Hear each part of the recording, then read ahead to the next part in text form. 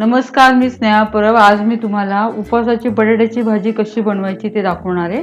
त्यासाठी लागणारं साहित्य: अर्धा किलो बटाटा उकडून त्यात मीठ घालून उकडलाय तो बटाटा कुकरमध्ये 3 शिट्या करून मी उकडून घेतलाय हा बटाटा। फोडणीसाठी तेल, जिरं, खोबरं घेतलंय, कोथिंबीर, त्यानंतर हिरवी मिरची। तर मिरचीचे मी ते तुकडे न करता ठेचा करून घेतलाय, जेणेकरून मग एकदम मिक्स होईल व्यवस्थित त्याच्यामध्ये। त्यानंतर इथे कढीपत्ता घेतलाय मी। आपण आता कृतीकडे वळूया। गॅस चालू करते मी आता। मी इथे मी 3 चमचे तेल घेतले।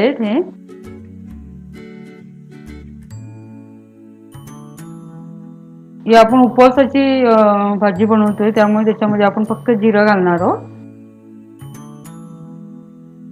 जिरं चांगलं भाजल्यानंतर कढीपत्ता आपण बारीक हाताने बारीक करून घेणार आहोत। कढीपत्त्याची पानं,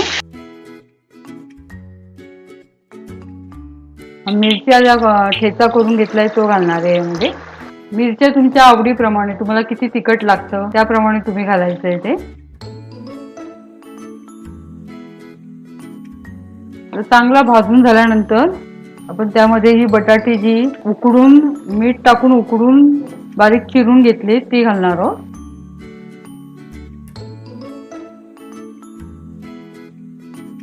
मीठ घालायचं आहे याच्यामध्ये। बटाटे घालून झाल्यानंतर आपण हे चांगलं परतून घेणार आहोत। जरा गॅस मिडियम करायचा आहे आपल्याला, जेणेकरून सर्व त्याचा व्यवस्थित लागायला पाहिजे। आणि थोडं पाण्याचा ना हक्का मारायचा आहे आपल्याला, जेणेकरून तो आपण मीठ आणि मिरची परत ते जिरं जे टाकले आपण यात साहित्य, त्याचं जरा चव त्या बटाट्यामध्ये उतरायला हवी, त्यासाठी आपण पाण्याचा हक्का मारणार आहोत। आणि ही भाजी थोडी शिजली तरच छान लागते, ते अर्धी कच्ची छान वाटत नाही भाजी। गॅस मिडियम ठेवायचा आहे। आपण त्याच्यावर पाण्याचा हक्का मारून झाल्यावर आता याच्यावर आपण झाकण ठेवणार आहोत। जे मीठ टाकलंय ते चांगलं ढवळून घ्यायचंय, सगळ्या चारी बाजूला लागायला हवं ते बटाट्यांना। आणि आपण त्यावर झाकण ठेवणार आहोत आणि झाकणावर आपण पाणी ठेवणार आहे थोडं, म्हणजे वाफेवर सर्व मीठ, मिरची, कढीपत्ता, जिऱ्याचं चव त्या बटाट्यांमध्ये उतरेल मग चांगली।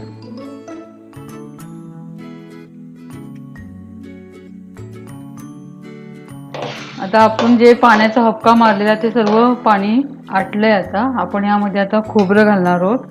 आधी कोथिंबीर घालते मी। कोथिंबीर झाल्यानंतर सर्व खोबरं घालणार आहे। खोबरं जेवढं जास्त घालाल तेवढी छान लागते चवीला ही भाजी। खोबरं आणि कोथिंबीर घातल्यानंतर पुन्हा एकदा चांगलं ढवळून ठेवायचं आपल्याला। खोबरं चांगलं मिक्स व्हायला हवं, सगळीकडे चारी बाजूला लागायला हवं चांगलं। सगळं ढवळून झाल्यानंतर आपण पुन्हा 4 ते 5 मिनिटं हे झाकण ठेवणार आहोत त्याच्यावर, जेणेकरून जरा सर्व व्यवस्थित त्या भाजीला लागायला हवं म्हणून।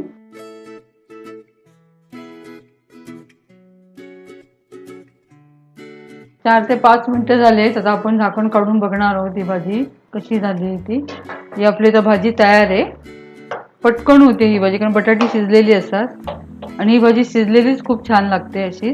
ही वरीच्या तांदळाबरोबर, भाताबरोबर, वरीचा भात करतात त्याबरोबर ही भाजी खूपच छान लागते। ही भाजी सहज लवकर होते आणि वेळही लागत नाही तिला करायला, आणि चवीलाही खूपच छान लागते। ही भाजी अशी सुद्धा खूप छान लागते खायला। शिवाय भगर आपण करतो त्या भगरीच्या भातावर सुद्धा छान वाटते अशीच खायला ती। भगर, दही आणि ही भाजी खूपच छान लागते, किंवा अशीच जरी तुम्ही खाल्लात तरी छान, चवीला खूपच छान लागते ती। आणि या भाजीमध्ये खोबरं जरा जास्त घातलं तर चवीला खूप छान लागते ही भाजी, आणि त्यामुळे खोबरं जरा जास्त घालायचं। अशा प्रकारे आपली उपवासाची भाजी तयार। माझा व्हिडिओ जर तुम्हाला आवडला असेल तर माझ्या व्हिडिओला लाईक करा। माझे लेटेस्ट अपडेट हवे असतील तर माझ्या यूट्यूब चॅनलला सबस्क्राईब जरूर करा।